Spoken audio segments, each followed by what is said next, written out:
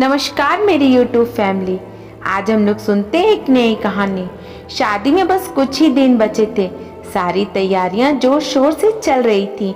आखिरकार धवन परिवार की बड़ी बेटी की शादी जो थी और लगभग 30 सालों बाद ये खुशियों का समय आया था। इसलिए धवन जी अपनी बड़ी बेटी की शादी में कोई कमी नहीं छोड़ना चाहते थे। कहने को तो वो कपड़ों के व्यापारी थे, परंतु मेहनती व ईमानदारी से इतना कमा लेते थे कि घर का गुजारा बहुत अच्छे से हो जाता था। वह भगवान की कृपा से उनके 3 बच्चे भी अच्छे थे। बड़ी बेटी पूजा पढ़ लिख कर सरकारी स्कूल की टीचर बन चुकी थी। छोटी बेटी कॉलेज की पढ़ाई कर रही थी। वह बेटा भी स्कूल में ही था। बड़े भाई साहब की कोशिश से पूजा के लिए अच्छा लड़का मिल गया था। रोहन के माता पिता भी पूजा को अपने घर की बहू बनाने के लिए बेहद खुश थे। आखिरकार पूजा थी ही इतनी सुंदर, वह शांत स्वभाव की, वह संस्कारी भी। रोहन भी अपने माता पिता का इकलौता बेटा था। अच्छी मल्टीनेशनल कंपनी में एक अच्छी पोस्ट पर था। मेहनती भी, वह अच्छा कमाऊ भी, अपने माता पिता का लाडला था।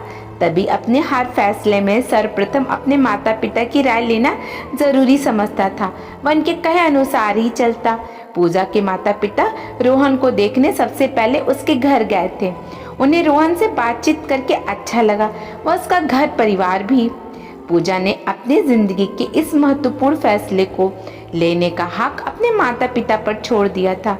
वो जानती थी कि उसके माता पिता उसके लिए सब कुछ सही सोचेंगे, वह सब सही होगा। उनकी खुशी को देख पूजा ने भी रोहन से मिलने की स्वीकृति दे दी थी।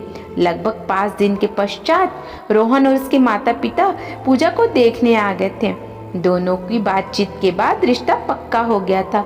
वह मुंह मीठा कराकर बधाई दे दी गई थी। कुछ दिन बाद उनकी सगाई कर दी गई। अब धीरे धीरे पूजा और रोहन की फोन पर आपसी बातचीत होने लगी।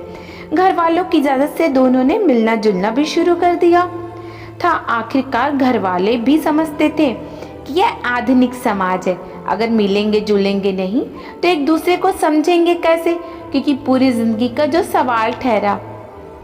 हर रविवार दोनों पूरा दिन एक दूसरे के साथ व्यतीत करते थे। पूजा थोड़ा कम बोलती थी, वही रोहन थोड़ा सा बातूनी था।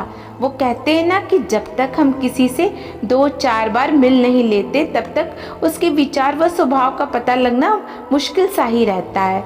कुछ इसी तरह चल रहा था पूजा के साथ। धीरे धीरे रोहन का एक अजीब सा व्यक्तित्व देखने को मिल रहा था उसे। किसी ना किसी तरीके से वो खुद का पद ऊंचा बता शादी में पूजा के घर वालों की तरह से सब कुछ अच्छा बढ़िया वो कीमती सामान लेने का अपना लालची रूप दिखा ही देता। इसके बारे में पूजा ने अपने घर वालों से भी बात करी, परंतु लड़का अच्छा पढ़ा लिखा व अच्छा कमाने वाला कहकर उसके घर वालों ने उसे यह सब ना सोच खुश रहने के व अपने आने वाली नई जिंदगी की नई खुशियों के बारे में सोचने को कहते। बाकी वो सब संभाल लेंगे, परंतु पूजा को ये सब ठीक नहीं लगता। शादी का समय नजदीक आ गया था। दोनों परिवारों को फोन पर तैयारियों से संबंधित आपसी बातचीत चलती ही रहती थी। तभी एक दिन सुबह सुबह 7 बजे रोहन के पिताजी का फोन पूजा के पिताजी को आया। हेलो, हाँ जी समधी जी, सब ठीक तो है ना? इतनी सुबह सुबह आपका फोन आता देख दिल की धड़कनें थोड़ी सी बढ़ गई। अच्छा, अभी थोड़ी देर में आपके घर आएंगे, मिलकर बात करेंगे। कुछ तो बताइए, आखिरकार बात क्या है? हमसे क्या गलती हो गई क्या? चलिए ठीक है, आपका स्वागत है, कहकर पूजा के पिताजी ने फोन रख दिया। वह अपने बड़े भाई साहब को फोन पर सारी बात बता उन्हें वहां बुला लिया। ना जाने अब क्या फरमाइश होगी, पहले ही अपनी हिम्मत से ज्यादा दे रहा हूँ। अगर इस बात का पता पूजा को चल गया तो वो लोग उनकी शर्त ना पूरी करने पर रिश्ता तोड़ने की बात कर रहे हैं, तो वह तुरंत यह रिश्ता तोड़ देगी। फिर कौन करेगा उससे शादी, और बदनामी अलग हो जाएगी समाज में कि शायद लड़की में ही कोई कमी होगी। अपनी धर्म पत्नी से चिंतित स्वर में बोले। ये सारी बातें पूजा दरवाजे के पीछे खड़ी होकर सुन रही थी। फिर दबे पांव अपने कमरे में चली गई। कुछ देर बाद डोरबेल बजी। रोहन व उसके मम्मी पापा आए थे। पूजा, जाओ बेटा, तुम चाय नाश्ते की तैयारी करो। ऐसा कह पूजा के पिता ने उससे वहाँ से जाने को कहा। पूजा चुपचाप चली गई। पूजा रसोई घर में जाने की बजाय दरवाजे के पीछे खड़े होकर रोहन उसके माता पिता द्वारा दहेज में एक नई कार की मांग की बात सुन रही थी। उनके अनुसार आखिरकार उनकी बेटी पूजा भी तो उस गाड़ी में घूमेगी। अपनी बेटी के लिए इतना तो कर ही सकते हैं। पूजा के पिताजी हाथ जोड़कर बोले, वो पूरी कोशिश करेंगे, कोई शिकायत का मौका नहीं देंगे। अपने पिता की बेबसी को देखकर पूजा से रहा नहीं गया और वो बिना चाय नाश्ता लिए ही कमरे में आकर बोली, पापा मुझे ये शादी नहीं करनी है। उसकी ये बात सुनकर सब चौंक गए, क्योंकि यह शादी नहीं एक सौदा है। अरे ये क्या कह रही हो पूजा, हम दोनों की कुछ दिनों के बाद ही शादी है, सारी तैयारियां हो चुकी हैं, अब तुम ऐसा कैसे कर सकती हो। रोहन आक्रोश रूपी स्वर में बोला, जब तुम और तुम्हारे परिवार वाले उनकी इच्छा अनुसार दहेज न मिलने पर मेरे माता पिता को रिश्ता तोड़ने की बार बार धमकी दे सकते हो, तो क्या मुझे अपने जीवन के लिए सही या गलत निर्णय लेने का जरा सा भी हक नहीं है। आप लोगों जैसी गंदी मानसिकता वाले लोगों के साथ कौन रिश्ता जोड़ना चाहेगा, जो रिश्तों से ज़्यादा पैसे को अहमियत देते हैं। ये मेरे पापा की मेहनत की कमाई है, जिसे बड़ी ईमानदारी से उन्होंने दिन रात एक करके अपनी इच्छाओं को मारकर अपने बच्चे के लिए जोड़ा है। वह मेरा घर बसाने के लिए कार तो क्या, दुनिया की हर एक चीज़ आपके कदमों में रख देते। लेकिन नहीं चाहिए मुझे ऐसी शादी की खुशियाँ जो मेरे माता पिता के आत्मसम्मान को ठेस दे। मेरे माँ बाप अपने जिगर के टुकड़े को आपको सौंप रहे थे, परंतु आपने उसे सौदा समझ लिया।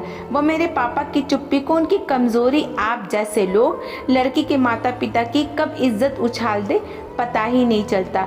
वह ऐसे परिवार में शादी करके मुझे भी दहेज के लिए प्रताड़ित महिला द्वारा की गई आत्महत्या जैसी कई घटनाओं के रूप में समाचार पत्रों में नहीं आना है। अब आप में जरा सी भी लायकत बची है तो यहाँ से चले जाइए। जानती हूँ शादी में कुछ ही दिन बचे हैं, वह रिश्ता टूट जाने पर लोगों के काफ़ी सवाल उठेंगे, परंतु ये सब सवाल मेरे माता पिता के आत्मसम्मान से बढ़कर नहीं है। चाहती तो तुम्हारे इरादे भापने के बाद शादी के मंडप में ही रिश्ता तोड़ देती, तुम सबको पुलिस के हवाले कर देती, ताकि आप लोगों की आगे किसी और लड़के के साथ ऐसा करने की हिम्मत ना होती। परंतु तब भी मेरे पापा की मेहनत की कमाई आप जैसे घटिया लोगों के लिए ही खराब हो जाती। अपनी सगाई की अंगूठी उतार पूजा ने रोहन के हाथ में दे दी और उन्हें वहां से चले जाने को कहा। इतनी शांत रहने वाली पूजा का ये रूप देख सब वहां निशब्द खड़े रहे। पूजा की माँ बाप चाह कर भी उसे रोक ना पाए थे, क्योंकि वो जानते थे कि उनकी बेटी सही कह रही है। रोहन व उसके माता पिता तुरंत वहां से चले गए थे। कमरे में सन्नाटा सा छाया हुआ था। पूजा अपने माता पिता की तरफ देखकर हल्की सी मुस्कान दी, रसोई की तरफ चली गई थी। आज पूजा के माता पिता गौरवान्वित महसूस कर रहे थे। अगर इस कहानी ने आपके दिल को छुआ है तो सभी दोस्तों के साथ शेयर करें और हमारे चैनल को सब्सक्राइब कर लीजिएगा। धन्यवाद।